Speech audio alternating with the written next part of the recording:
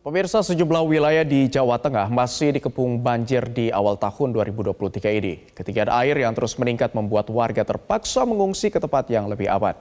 Beberapa evakuasi pun berlangsung dramatis karena banyak warga yang terdampak merupakan lansia, anak kecil, dan sedang sakit.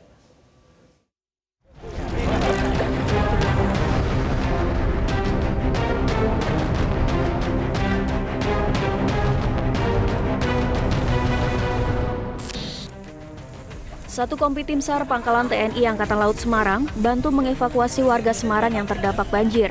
Setidaknya warga yang berhasil dievakuasi diantaranya lansia, disabilitas, dan anak-anak. Seperti di kawasan Puri Anjasmoro, Tawangsari, Kebonharjo, Panggunglor, dan Genuk Sari, Semarang. Tercatat data penerangan TNI AL Semarang, ada 97 warga yang berhasil diselamatkan dan dievakuasi dari kepungan banjir. Selain melakukan evakuasi dan penyelamatan warga dan barang-barang milik warga, Pangkalan TNI Angkatan Laut Semarang juga membuka posko tanggap bencana banjir yang difungsikan untuk menindaklanjuti semua permintaan terkait evakuasi di Semarang. Proses evakuasi warga korban banjir yang sakit beserta anaknya yang masih kecil di Desa Prampelan, Demak, Jawa Tengah berlangsung dramatis. Petugas Brimob harus berjuang menerjang derasnya arus banjir. Sang ibu yang diketahui bernama Eli Istiana berusia 40 tahun dan anaknya ditemukan petugas mencoba mengevakuasi diri dari rendaman banjir setinggi 1 meter dengan menggunakan rakit darurat dari batang pisang. Petugas yang mengetahui langsung bergerak cepat membantu mengevakuasi ke lokasi yang aman.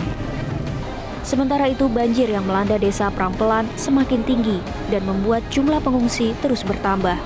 Dari data BPBD Demak, ada ribuan rumah di 16 desa yang tersebar di 5 kecamatan yang terdampak banjir dengan kedalaman 30 cm hingga 1 meter lebih. Kabupaten Pekalongan, Jawa Tengah menjadi wilayah terdampak banjir yang tidak kalah parah dengan daerah lain. Banjir di sini telah memaksa 899 jiwa meninggalkan rumah menuju lokasi pengungsian. Banjir yang terjadi sejak Jumat malam lalu merendam 16 desa di 4 kecamatan, menyebabkan ribuan warga dan rumah terdampak.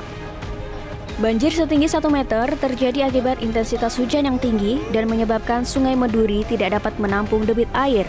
Bupati Pekalongan Fadia Arafik yang mengecek langsung kondisi banjir di Desa Sepacar, Kecamatan Tirto menyebut banjir hampir merata di semua wilayah, sehingga pemerintah memastikan bantuan yang dibutuhkan warga terdampak maupun pengungsi tercukupi.